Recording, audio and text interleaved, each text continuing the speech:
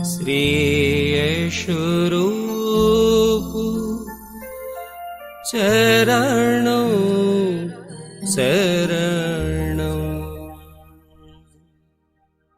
जय सद्गुरुदेव जय पद शरणं। श्रीयशरूप चरणों शरणं। जय सद्गुरुदेव जय पद शरणं। श्रीयशरूप चरणों शरणं। जय सद्गुरुदेव जय पद शरणं। श्रीयशरूप चरणों शरणं। जय सद्गुरु।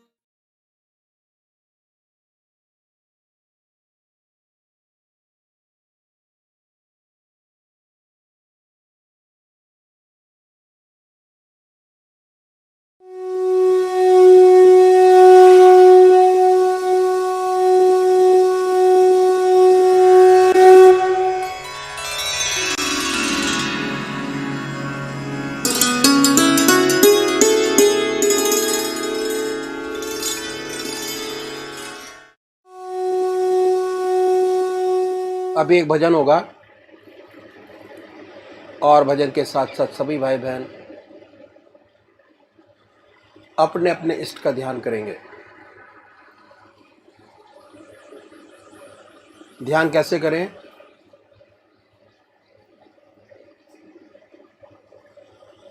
अखिल भारतीय संत मत सत्संग की तरीकत मैं आपके सामने रखता हूं।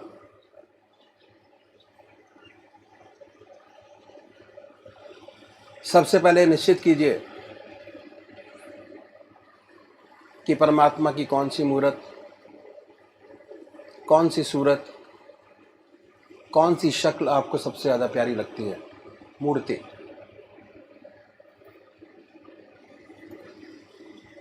किसी से पूछने की ज़रूरत नहीं, अपनी आत्मा से प्रश्न कीजिए कि भगवान का वो स्वरूप जो आपको सबसे ज़्यादा प्यारा लगता है उसको चुनें।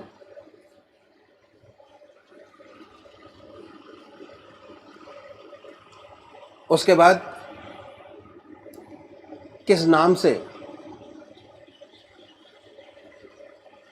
आप उनको याद करेंगे उसको भी चुनें। मंत्र तो क्या हुआ, दो चीज आपने चुनी, एक अपना इष्ट देव और एक मंत्र। उसके बाद पूजा के स्थान पर जाइए। जिस स्थान पर बैठे हैं, जिस आसन पर बैठे हैं, उसी आसन पर बैठें। बड़े प्यार से धूप बत्ती अगरबत्ती जलाएं। बड़े आराम से बैठिए और बैठने के बाद ये महसूस कीजिए कि आपका इष्ट शरीर आपके सामने विद्यमान है।